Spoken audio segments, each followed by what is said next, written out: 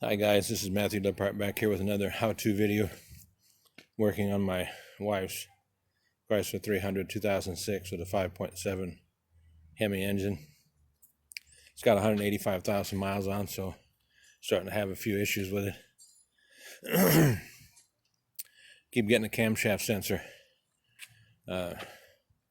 error light comes on, and so I changed it a couple times from the local parts house.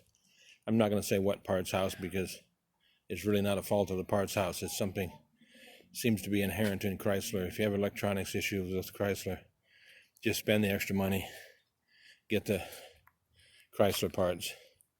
So what I did is I changed the camshaft sensor. I've already done it. It's real simple. Let me turn the light on here.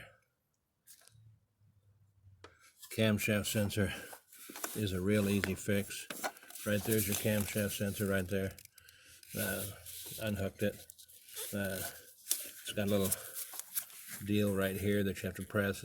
You almost have to be double jointed to get to it. But there's one bolt right here. Takes a 10mm socket. Pull that out. Sensor pops right out. Pop the new sensor in. And then put the connector back in. Then I unhooked the negative battery cable. For the rest of the job, I unhooked the negative battery cable. I just tripped over the jack there, so don't worry about the noise you heard. But I had to take the starter out to get the crankshaft sensor. You'll see that video here, and it'll be part of this as well in a separate little section. And anytime you're taking that starter out, unhook the negative battery cable. Save yourself a lot of trouble. And you see I have some jack stands here. Okay. Don't be a he-man, guys. Don't think you're all that in a bag of chips. Your life's more important. Jack that thing up and put some jack stands under it. Because if something slips on that jack, it's going to come down. Use some safety first. You only got one life. So use the jack stands.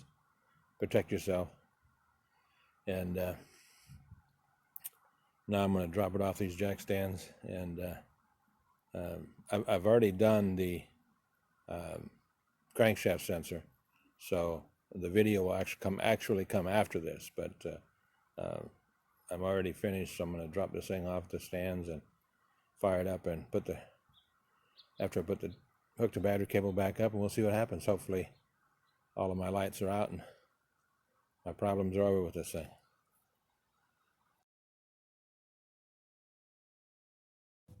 Okay, I'm underneath this 300. Here's the starter.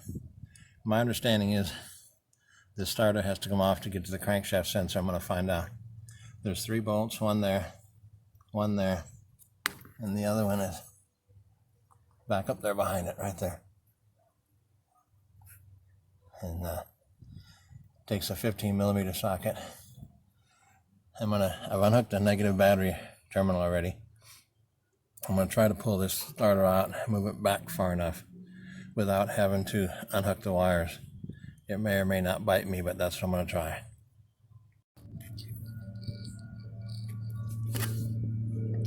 Okay. Right there is your crankshaft sensor. I mean, it's in a precarious spot. It's right there.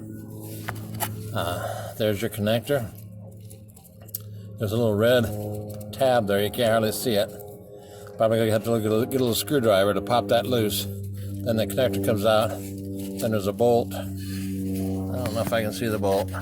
Right there. That takes a 10mm socket. Then your crank sensor will come out. New crank sensor goes in.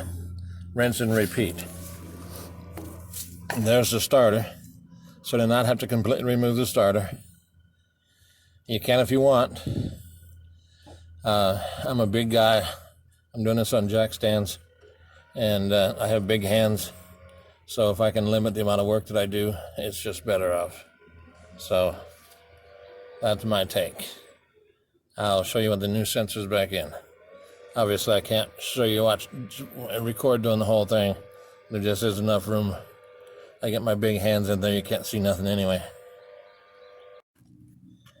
Okay, let me get the light on here.